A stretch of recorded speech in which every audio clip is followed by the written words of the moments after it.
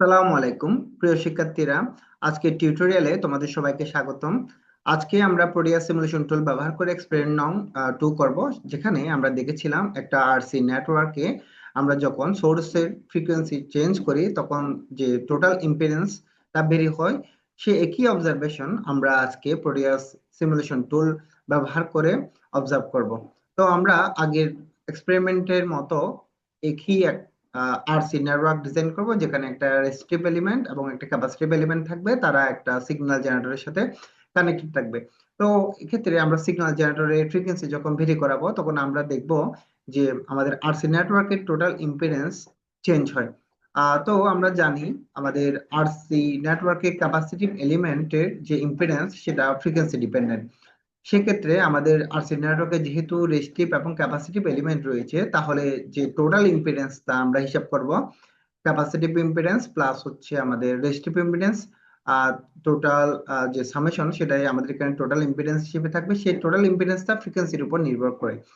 এবং আমরা দেখব যে ফ্রিকোয়েন্সি যত বাড়ে আমাদের ইম্পিডেন্সটা কমে যায়, অর্থাৎ আমাদের ফ্রিকোয়েন্সির সাথে আমরা জানি ক্যাপাসিটরের যে ইম্পিডেন্সটা ইনভার্সলি প্রপোর্শনাল।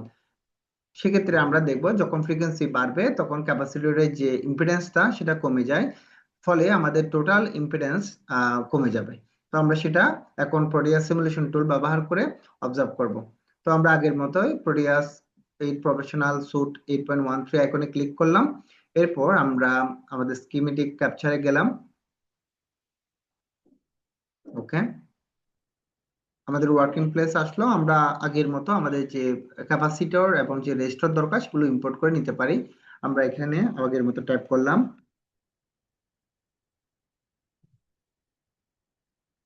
ওকে, অনেকগুলো অপশন আসলো, আমরা প্রথমটা নিলাম। আর একইভাবে আমরা রেজিস্টরটাকে নিতে পারি।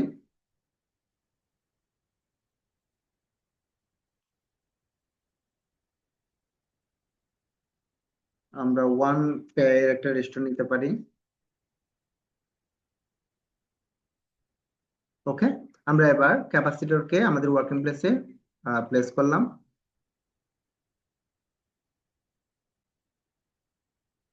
আমরা এটাকে রোটেট করাই আগের মতোই। আম, তারপর আমাদের ক্যাপাসিটরকে ট্র্যাক করে আমরা একটু তাকে উপরে নিয়ে যাই এবং এটার সাথে কানেক্ট করে দিই। আর আমাদের রেজিস্টরের সাথে আমি একটা গ্রাউন্ড কানেক্ট করব। এখানে আমাদের থার্মিনাল মোডে যাব। থার্মিনাল মোডে গিয়ে আমরা একটা গ্রাউন্ড নেব এবং গ্রাউন্ডটা রেজিস্টরের সাথে আমরা কানেক্ট করে দেবো কানেক্টিং ওয়্যারের সাহায্যে। এবার আমার যেহেতু আমি একটা ভেরিয়েবল ফ্রিকোয়েন্সি সোর্স দরকার, তো আমরা এখান থেকে সোর্স জেনারেটর মোডে গিয়ে আমরা একটা সাইনোসয়েডাল সোর্স নিলাম সাইন। তো সেটা আমরা এখানে কানেক্টিভ ওয়্যারের মাধ্যমে কানেক্ট করে দিলাম।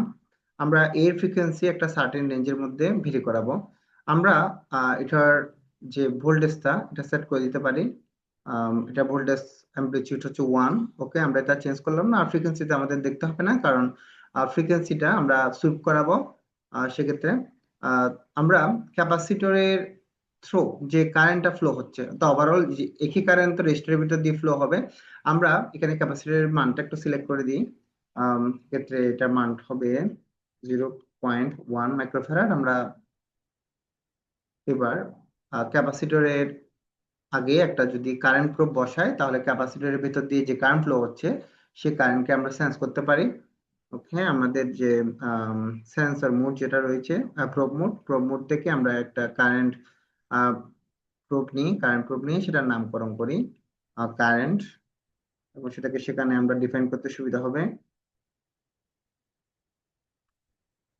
ওকে, আমরা যেহেতু ফ্রিকোয়েন্সি সুইপ দেবো, তাহলে সেক্ষেত্রে আমাদের যে ডিসপ্লে যেটা রয়েছে সেটা অবশ্যই গ্রাফ হিসেবে আমরা এখানে ফ্রিকোয়েন্সি হিসেবে নেব। নিয়ে আমরা এখানে প্লেস করবো এটা ড্র করার মতোই।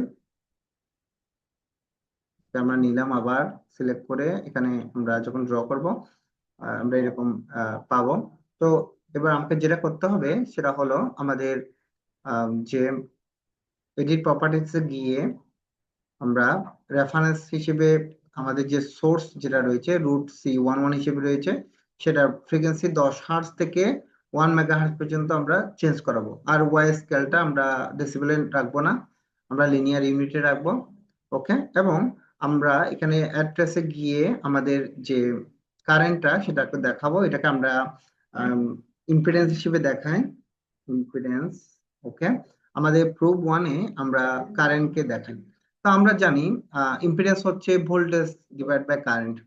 তো আমরা কারেন্ট হচ্ছে প্রুফ ওয়ান দিয়ে কারেন্টটাকে দেখতেছি। তো আমরা যখন ভোল্টেজকে কারেন্ট দ্বারা ভাগ করবো, আমাদের ভোল্টেজ হচ্ছে 1 volt divide by R P one define করা হচ্ছে আসলে কারেন্টকে। তো আমরা যে ভোল্টেজ বাই কারেন্ট আসলে ইম্পিডেন্সই পাবো। তো সেটাকে আমরা ওকে দিয়ে দিই। এবার আমরা যখন এটাকে প্লট করব তখন আমরা এখানে সিমুলেট গ্রাফে দিই, এবং আমরা এটাকে জুম করে ম্যাক্সিমাইজ করলে আমরা দেখতে পাবো। সেক্ষেত্রে আমরা দেখছি যে আমাদের আহ, যে সোর্স ব্যবহার করা হচ্ছে সেই সোর্সের ফ্রিকোয়েন্সি যত বাড়তেছে, আমাদের যে আরসি নেটওয়ার্কের ইম্পিডেন্সটা আসলে কমতেছে। তো আমরা দেখতে পাচ্ছি যখন আমাদের ফ্রিকোয়েন্সি কম ছিল, 10 হার্জ মধ্যে ছিল, তখন আমরা যে ইম্পিডেন্সটা যেটা দেখতেছি যে গ্রিন লাইন দ্বারা দেখানো হচ্ছে সেটা 160K এর কাছাকাছি। তো যখন ফ্রিকোয়েন্সি ধীরে ধীরে বাড়তেছে, আমাদের ইম্পিডেন্সটাও কমতেছে, যেটা আমি আমাদের থিওরির সাথে মিলে। তো যখন ফ্রিকোয়েন্সিটা বাড়তে বাড়তে 1 মেগার দিকে যায়, তখন আমরা চাইলে এটাকে একটু জুম করে অবজার্ভ করতে পারি। সেটা টু আমাদের যখন ক্ষেত্রে আরো যখন আমরা হাই ফ্রিকোয়েন্সির দিকে যেতে থাকবো, তখন আমরা দেখতে পাচ্ছি সেটা একদম 1K এর দিকে চলে যায়। তো আমরা এই গ্রাফটাকে আরো একটু অবজার্ভ করলে আমরা আমাদের যে থিওরিটিক্যাল যে ডেফিনেশন গুলো ছিল এবং ডিসকাশন গুলো ছিল সেটার সাথে যে এক্সপেরিমেন্টের মিল পাওয়া গিয়েছিল, ঠিক সেম এক্সপেরিমেন্ট আমরা এখানে দেখতে পাচ্ছি। আমরা সেটা প্রোটিয়াস সিমুলেশন টুল ব্যবহার করে দেখলাম। ধন্যবাদ সবাইকে।